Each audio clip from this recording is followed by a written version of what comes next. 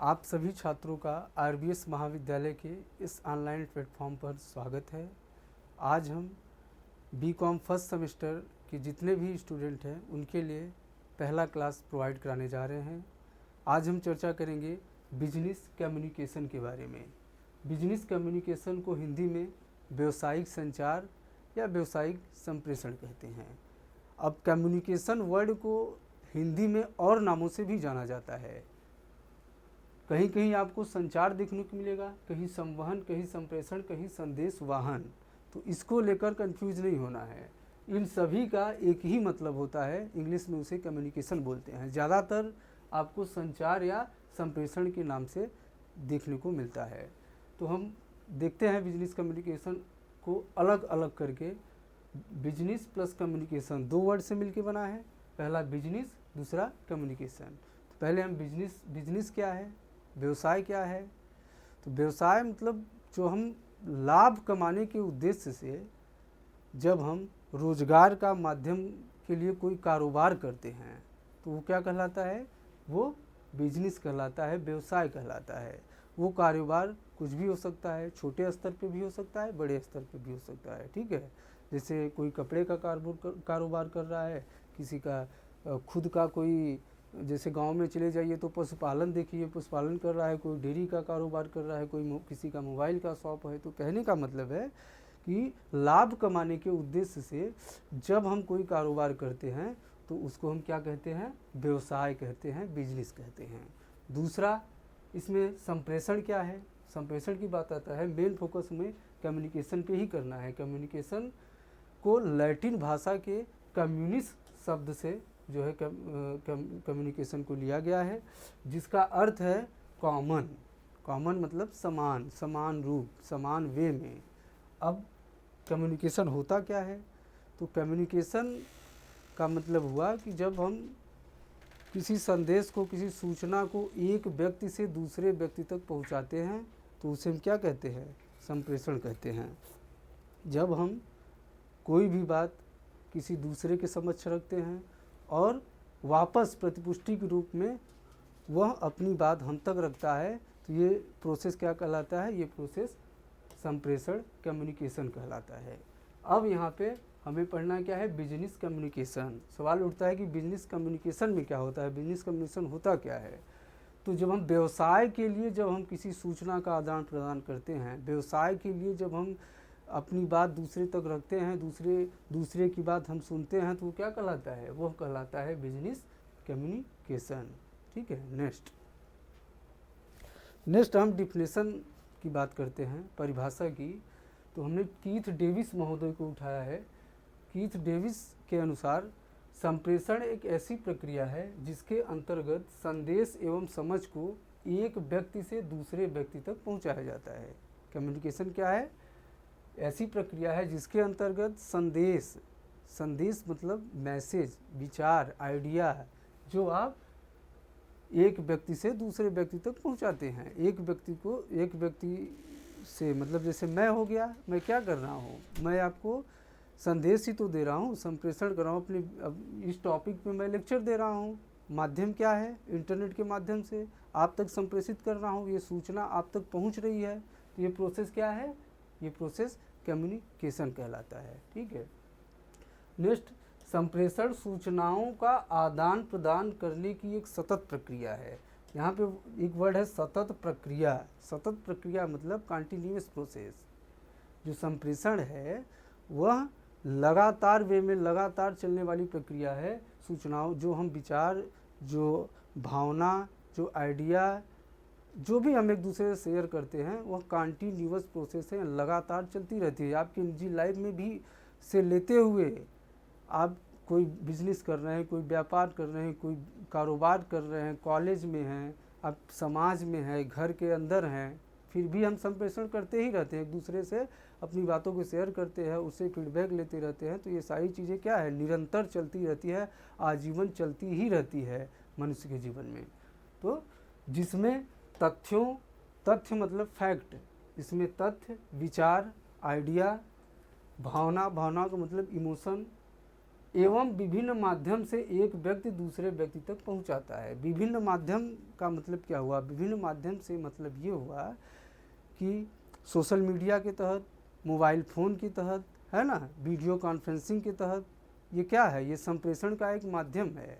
Newspaper के तहत, email के माध्यम से, है ना, ये जो है माध्यम है, एक दूसरे तक सूचनाओं का आदान प्रदान करने का एक प्रोसेस है, ठीक है, जिससे व्यवसायिक उद्देश्यों एवं व्यवहार में सामंजस्य स्थापित होता है। जिसमें व्यवसायिक उद्देश्य का मतलब ये है कि जो हम कारोबार कर रहे हैं, जो हम व्यवसाय कर रहे हैं, उससे उसके उद्देश्य की पूर्ति के लिए उसका एक साधन जो है संप्रेषण कम्युनिकेशन है।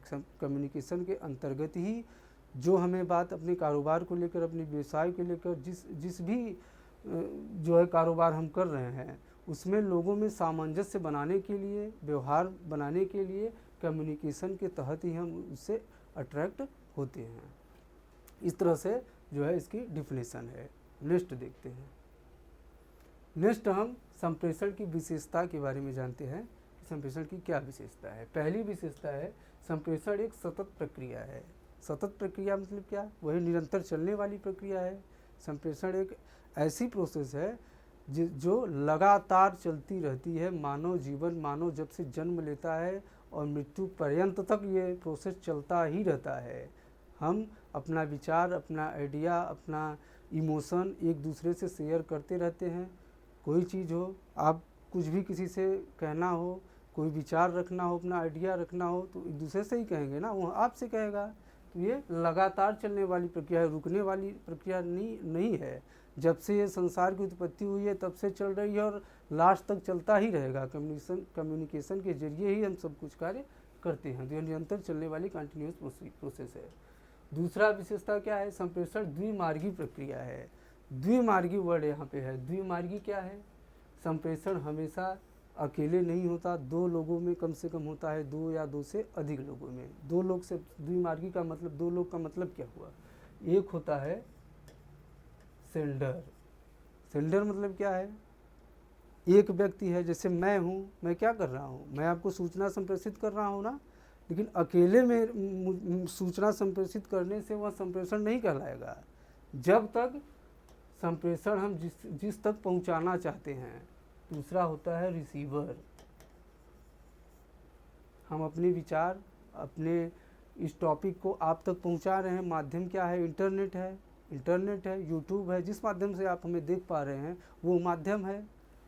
आप तक हम संप्रेषित करा रहे हैं। तो एक पक्ष क्या हो गया? एक पक्ष तो मैं हो गया, मैं खुद जो आपको सूचना संप्रेषित कर रहा हूँ। एक पक्ष आप लोग हो गए, जहाँ तक ये सूचना संप्रेषित हो रही है जिसके पास।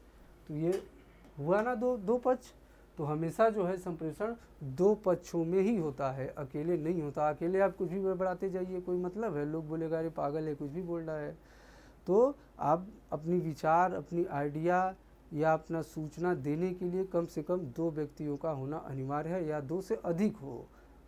अकेले भी हैं तो उसका एक माध्यम होगा, इंटरनेट होगा, सोशल मीडिया होगा, है ना, यूट्यूब होगा, मतलब कोई ना कोई माध्यम होगा जिससे आप अगले व्यक्ति तक अपनी सूचना को संप्रेषित करें और उधर से भी फीडबैक लें, तब जाके वह संप्रेषण कहलाएगा। नेक्स्ट विशेषता क्या है? संप्रेषण के विभिन्न माध्यम हैं। विभिन्न माध्यम से क्या तात्पर्य है? बहुत से माध्यम है। मौखिक हो सकता है, ऑरल, मौखिक रूप में संप्रेषण करना। अभी क्या हो रहा है? अभी हम मौखिक रूप में आपको सूचनाएं संप्रेषित कर रहे हैं, है ना। मौखिक रूप में आपका और भी आ जाएगा, वीडियो कॉन्फ्रेंसिंग भी मौखिक रूप में होता है। टेलीविज़न हो गया, टेलीविज़न में भी तो सूचनाएं मौखिक रूप में बोल के ही तो दिखाई जाती हैं। रेडियो हो गया, अन्य सोशल मीडिया माध्यम हो गया जो मौखिक रूप से सूचनाओं को संप्रेषित करता है। दूसरा है लिखित। रिटेन क्या है? रिटेन में लिखित रूप से जब हम सूचनाओं को संप्रेषित करते हैं तो उसे हम लिखित मानते हैं। लिखित में पत्र हो गया। पहले क्या होता था? पहले चिट्ठी आती थी।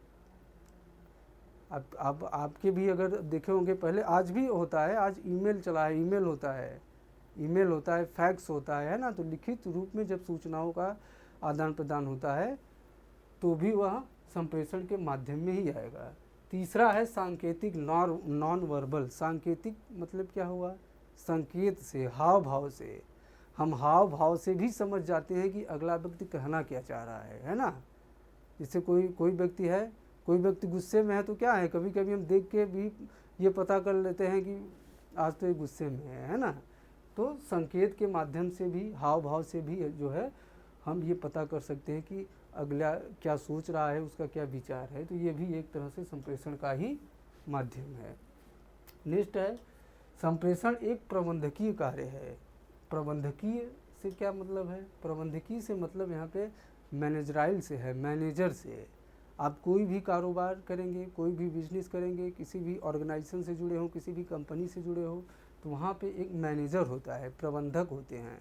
प्रबंधक का कार्य क्या होता है? प्रबंधक का कार्य होता है कि वो अच्छे से संप्रेषण करे, अच्छे से अपने विचारों को रखे, जो वहाँ कर्मचारी कार्य कर रहे हैं उनमें तालमेल सामंजस्य बना के रखे, उनसे फीडबैक लेता रहे, ताकि कंपनी के कार्य को अच्छे ढंग से किया जा सके, कंपनी को लाभ प्राप्त हो सके। इसलिए संप्रेषण एक प्रबंधकीय कार्य है। नेक्स्ट संप्रेषण की प्रकृति के बारे में बात करते हैं कि संप्रेषण की प्रकृति कैसी होनी चाहिए। पहला, संप्रेषण विज्ञान एवं कला दोनों है। ये बहुत ही इम्पोर्टेंट है। ज़्यादातर बहुविकल्पी क्वेश्चन में ये क्वेश्चन बहुत बार देखने को मिला है। कंपटीशन एग्ज़ाम भी आप उठा के देखेंगे तो ये क्वेश्चन आपको बार बार मिलेगा कि संप्रेषण क्या है, विज्ञान है, कला है, विज्ञान कला दोनों है, या इनमें से कोई नहीं है। तो हम समझते हैं सबसे पहले संप्रेषण विज्ञान कैसे है। देखिए, जब हम सूचनाओं का आदान प्रदान, जब कोई सूचना हम किसी के समक्ष रखते हैं तो उसमें क्रमबद्धता होनी चाहिए, क्रमबद्धता होनी चाहिए, ताकि हम जिस वे में अपनी बात को सामने वाले से कहना चाह रहे हैं वहाँ तक उसी वे में वह बात पहुँचे। कैसे नहीं, कभी कभी क्या होता है कि आप कहना कुछ और चाह रहे हैं और समझ कुछ और लेता है। इसलिए क्रमबद्धता जो है आपकी सूचना में, आपकी बातों में, आपके विचारों में, आपके आइडिया में होना बहुत ज़रूरी है। इसलिए विज्ञान है। विज्ञान क्या है? क्रमबद्ध तरीके से अध्ययन करना ही तो विज्ञान है। तो क्रमबद्ध, क्रमागत तरीके से जो है अपनी बातों को रखा जाता है, इसलिए यह विज्ञान है। कला कैसे है? कला ऐसे है कि अपनी बातों को रखने की आपके अंदर हुनर होनी चाहिए, कला होनी चाहिए, अपनी विचारों को अभिव्यक्त करने की एक कला आपके अंदर होनी चाहिए। इसलिए संप्रेषण विज्ञान एवं कला दोनों है। नेक्स्ट, संप्रेषण जन्मजात गुण है। जन्मजात गुण से तात्पर्य ये है कि किसी में क्या होता है, किसी में जो है जन्मजात गुण होता है। कोई ऐसा व्यक्ति आपको देखने को मिलता होगा जो भले से ही पढ़ा लिखा ना हो, लेकिन वह अपनी बातों को बहुत इफेक्टिव तरीके से रखता है। उसके अंदर वो गुण होता है कि बात को रखने का गुण होता है। और कोई क्या होता है, कोई ज्ञान द्वारा सीखता है, कोई द्वारा सीखता है, कोई कि कैसे अपनी बातों को रखना है, कैसे विचारों को प्रकट करना है, और किसी में यह जन्मजात गुण होता है। नेक्स्ट, संप्रेषण एक सामाजिक प्रक्रिया है। संप्रेषण एक सामाजिक प्रोसेस है। समाज में मनुष्य एक सामाजिक प्राणी है, मनुष्य समाज में रहता है। समाज में आप सामंजस्य बनाने के लिए, व्यवहार बनाने के लिए आप क्या करेंगे? समाज में क्या करते हैं? समाज में एक दूसरे से अट्रैक्ट होने के लिए हम संप्रेषण का ही तो सहारा लेते हैं। आप अपनी बातों को दूसरे समक्ष रखते हैं, दूसरे की बातों को सुनते हैं। आप कैसे पता लगाते हैं कि आदमी बहुत अच्छा है? उसकी बातों से ही ना, उसके विचारों से ही ना, कि हाँ ये आदमी तो बहुत बढ़िया है, इसके बोलने का तरीका बहुत अच्छा है ना। तो यह सामाजिक प्रोसेस भी संप्रेषण है। नेक्स्ट है, संप्रेषण मानवीय प्रक्रिया है। मानवीय प्रक्रिया है। संप्रेषण जो है मानव के द्वारा करने वाला प्रक्रिया है, मानव के द्वारा किया जाता है। एक दूसरे से अपनी जो भी आइडिया, थॉट है वह निरंतर रूप से, सतत रूप से करता है, इसलिए यहाँ मानवीय प्रक्रिया है। अगला है, संप्रेषण सार्वभौमिक प्रक्रिया है। सार्वभौमिक का मतलब क्या हुआ? सार्वभौमिक मतलब संप्रेषण एक ऐसी प्रक्रिया है जो छोटे स्तर से लेके बड़े स्तर तक इसका उपयोग किया जाता है। संप्रेषण के द्वारा ही हम छोटी छोटी चीज़ों से लेके बड़े चीज़ जो स्तर पे है, चाहे आप घर पे हैं, कॉलेज में हैं, किसी संस्था में हैं, कोई कारोबार कर रहे हैं, छोटा कारोबार कर रहे हैं, बड़ा कारोबार कर रहे हैं, कोई फर्म है, कोई संस्था है, राष्ट्रीय स्तर, अंतर्राष्ट्रीय स्तर पर भी संप्रेषण की जो प्रक्रिया है वो चलती रहती है। एक दूसरे से इंटरेक्ट होते रहते हैं, एक दूसरे से बात रखते हैं, एक दूसरे से अपनी विचार को, भावनाओं को शेयर करते हैं, है ना। तो यहाँ एक सार्वभौमिक मतलब बहुत ब्रांड स्तर पर भी ये है। तो इस तरह से इसकी ये प्रकृति है। नेक्स्ट जो है संप्रेषण के उद्देश्य के बारे में हम समझते हैं कि संप्रेषण का उद्देश्य क्या है। पहला उद्देश्य है सही सूचनाओं एवं संदेशों को प्रेषित करना। सही सूचना है मतलब कोई भी सूचना, कोई भी संदेश, कोई भी विचार, कोई भी आइडिया, कोई भी फैक्ट आप अगर किसी के समक्ष रख रहे हैं तो उसे सही वे में रखें, सही चीज़ में रखें ताकि भ्रामक की स्थिति ना उत्पन्न हो। मान लीजिए आप कोई व्यवसायी हैं, कोई कारोबार ही कर रहे हैं, तो जो आपको सूचना संप्रेषित करना है चाहे कर्मचारियों में या अन्य पक्षों में, तो वहाँ पे अपनी सूचनाओं को सही रूप में प्रेषित करें, सही रूप में रखें ताकि भ्रम की स्थिति ना उत्पन्न हो। जिस वे में आप अपने विचार को आप जो कहना चाह रहे हैं स्पष्ट तरीके से उस तक वह बात पहुँच सके। दूसरा है प्रयासों का समन्वय। प्रयासों का समन्वय से ऐसे है कि कभी क्या होता है, हम कारोबार करते हैं, व्यवसाय करते हैं तो किसी से कोई चीज़ नहीं बनती, बात नहीं बनती, तो उसके लिए हम क्या करते हैं, प्रयास करते हैं कि चलो इस बार नहीं तो अगली बार बात बन जाएगा। किसके माध्यम से प्रयास करते हैं, कम्युनिकेशन के माध्यम से तो प्रयास करते हैं। उनसे हम बात करते हैं, क्या जो है कमी है, किस वजह से हमारा कार्य नहीं हो पा रहा है, उस पर हम विचार करेंगे, बात करेंगे। इसके तहत जो है ताकि जो है हमारा समन्वय तालमेल फिर से बना रहे। नेक्स्ट है परिवर्तनों को लागू करना। परिवर्तनों को लागू करने का आशय क्या है, समाज में तरह तरह के परिवर्तन होते रहते हैं। तो आप जो भी कारोबार कर रहे हैं, जो भी व्यवसाय से जुड़े हैं, जिस भी संस्था, संगठन, ऑर्गेनाइजेशन से जुड़े हैं, तो जिस तरह से समाज में परिवर्तन होता है उसी के अनुरूप आप अपने कारोबार में भी परिवर्तन लाएंगे, है ना। किसके माध्यम से लाएंगे, संप्रेषण के माध्यम से ही तो लाएंगे। आप जो है लोगों विचारों को, जो सूचना है उसको सही ढंग से संप्रेषित करेंगे, कर्मचारियों में संप्रेषित करेंगे, कर्मचारियों से संबंधित करेंगे ताकि जो है जो परिवर्तन हो उसको अच्छे से लागू किया जा सके, है ना। तो उसके लिए भी हम संप्रेषण का प्रयोग करते हैं। नेक्स्ट है प्रबंधकीय कौशल का विकास। प्रबंधकीय कौशल का विकास, प्रबंधकीय से यहाँ मैनेजराइल से है, प्रबंधक से है। जो प्रबंधक होते हैं उनके पास एक कौशल होना चाहिए, इतना डेवलप होना चाहिए उनका कौशल, बात करने का, विचार रखने का, संदेश रखने का, कर्मचारियों से कैसे बात करना है, कैसे उनसे फीडबैक लेते रहना है, इनका उनके अंदर कौशल होना चाहिए। ये जो है इसका विकास भी कम्युनिकेशन के तहत ही होता है। मधुर औद्योगिक संबंध। मधुर औद्योगिक संबंध से मतलब है कि जो भी आप कारोबार या जिस संस्था, ऑर्गेनाइजेशन, जिस भी कंपनी से आप जुड़े हैं उससे जो कर्मचारी हैं, चाहे इंटरनल हो चाहे एक्सटर्नल हो, चाहे अंदर जो ऑफिशियल में जितने भी स्टाफ हैं, जो कर्मचारी काम कर रहे हैं उनसे संबंध हो या बाहरी पक्ष हो, उसके अलावा बाहरी पक्ष हो, समाज में आप जहाँ रहते हैं वहाँ भी, या जो भी मतलब बाहर भी आपका संबंध अच्छा हो, उसका जो है कम्युनिकेशन के तहत ही हो सकता है ताकि जो है आपको कारोबार, आपके बिजनेस, आप जिस भी क्षेत्र से जुड़े हैं उसको लाभ उसमें प्राप्त करने के लिए आपको वो कार्य करें। अगला है बाहरी पक्षों से संबंध। बाहरी पक्ष वही है, आपको जो व्यवसाय कर रहे हैं, जो कारोबार कर रहे हैं, उसके कर्मचारी के अलावा जो बाहरी पक्ष है, जो आपका सोसाइटी है, जो समाज है, उससे भी आप तालमेल, सामंजस्य बना के रखेंगे ताकि आपको आगे चल के आपके कारोबार के लिए वह उपयोगी हो, लाभ उसके लिए प्राप्त हो। नेक्स्ट है शीघ्र निर्णय। शीघ्र निर्णय, अगर आप एक कुशल जो है नेतृत्व करता है, प्रबंधक है मान लीजिए, और वह जो है कर्मचारियों से अच्छा तालमेल रखेंगे, अच्छा विचार रखेंगे, अच्छा उनसे फीडबैक लेंगे, तो तुरंत निर्णय भी आप ले सकते हैं। आज अगर आपका कम्युनिकेशन स्किल अच्छा है, कम्युनिकेशन का तरीका अच्छा है, बात करने का तरीका अच्छा है, लोगों से आप बात करेंगे, कर्मचारियों से बात करेंगे, उनसे फीडबैक लेते रहेंगे, तो तुरंत आप निर्णय भी ले सकते हैं कि आगे आपको करना क्या है ना। तो वही चीज़ है। नेक्स्ट है मानवीय संबंधों का सृजन। मानवीय संबंध, जो हम, मानवीय मतलब मानव से है, मानव से हम एक दूसरे से जो संबंध है उसका सृजन करेंगे, उसमें प्रगाढ़ता भी लाएंगे, किसके तहत, कम्युनिकेशन के ही तहत। उनसे बात करके ही अगर किसी संबंध खराब भी हो जाता है तो संबंध वापस से सही करने के लिए किसका उपयोग करेंगे, कम्युनिकेशन का ही ना।